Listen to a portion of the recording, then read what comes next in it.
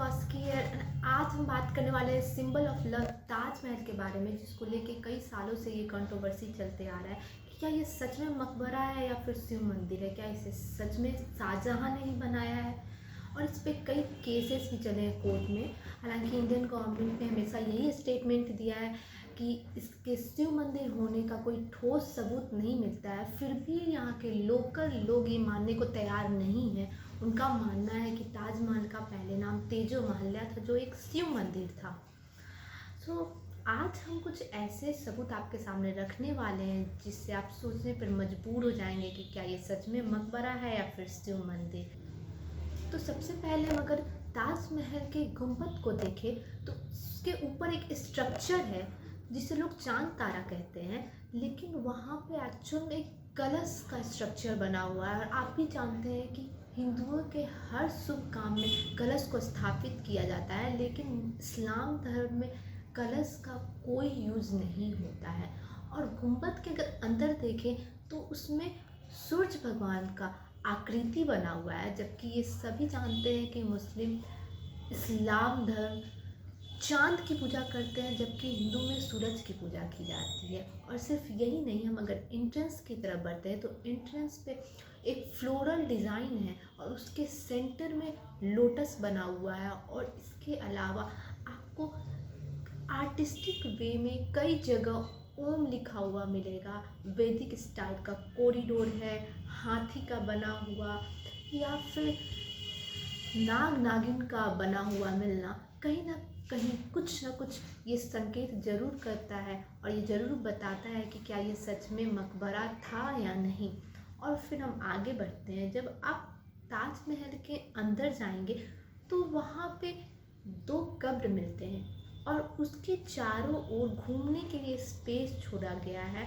और ये सभी जानते हैं कि हिंदू धर्म में प्रदक्षिणा या परिक्रमा करने का रिवाज है, जबकि मुस्लिम में मस्जिद में ऐसा कभी भी नहीं होता है कि प्रदक्षिणा करने के लिए कोई स्पेस छोड़ा गया हो।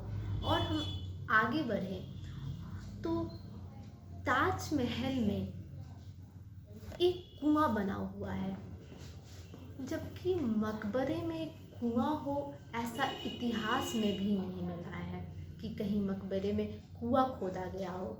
और शिव मंदिर में कुआं हमेशा खोदा जाता है या बनाया जाता है, ये आप सब जानते हैं। इसके आगे अगर हम बढ़ते हैं तो ताजमहल के बाहर नौबत खाना है, जो बेसिकली एक म्यूजिक रूम है।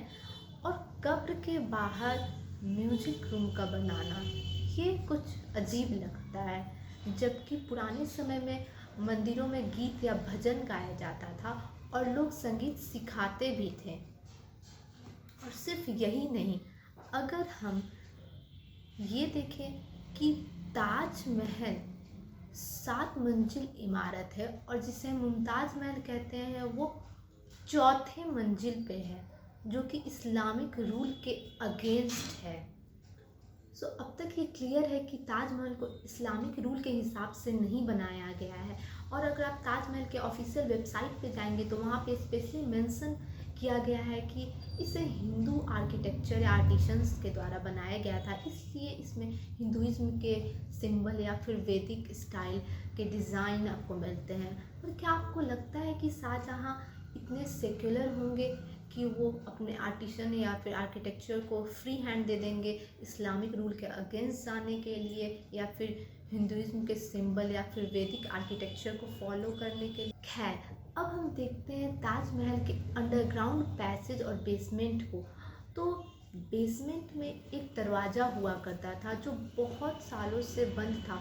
और 1974 में जब अमेरिकन आर्किटेक्चर मार्विन मिल्स वहाँ आए थे और उस लकड़ी का कार्बन डेटिंग कराया, तो ये पता चला कि वो ताजमहल बनने के 300 साल पहले से वहाँ था।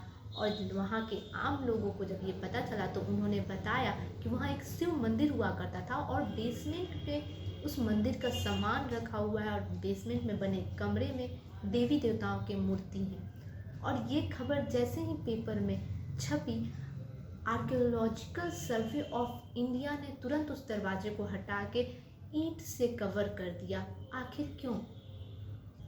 और यही नहीं, मुमताज़ की एक्चुअल में मृत्यु बुरहानपुर में नहीं थी और आज भी उनकी कब्र वहाँ मौजूद है, जबकि ऐसा बताया गया है कि उनके बॉडी को आगरा में ला के दफनाया गया। तो आज भी उनकी कब्र वहाँ मौजूद कैसे है? तो इस वीडियो को मैंने कोई रिलीजियस एंगल ना देते हुए सिर्फ फैक्ट्स को आपके सामने रखने की कोशिश की है। And if you want detail information about this topic, I link a video from Satology in my description box, so don't forget to check that out. And yeah, that's it about this video. If you enjoy watching my video, if you did, do like, share and subscribe to my channel. Thank you.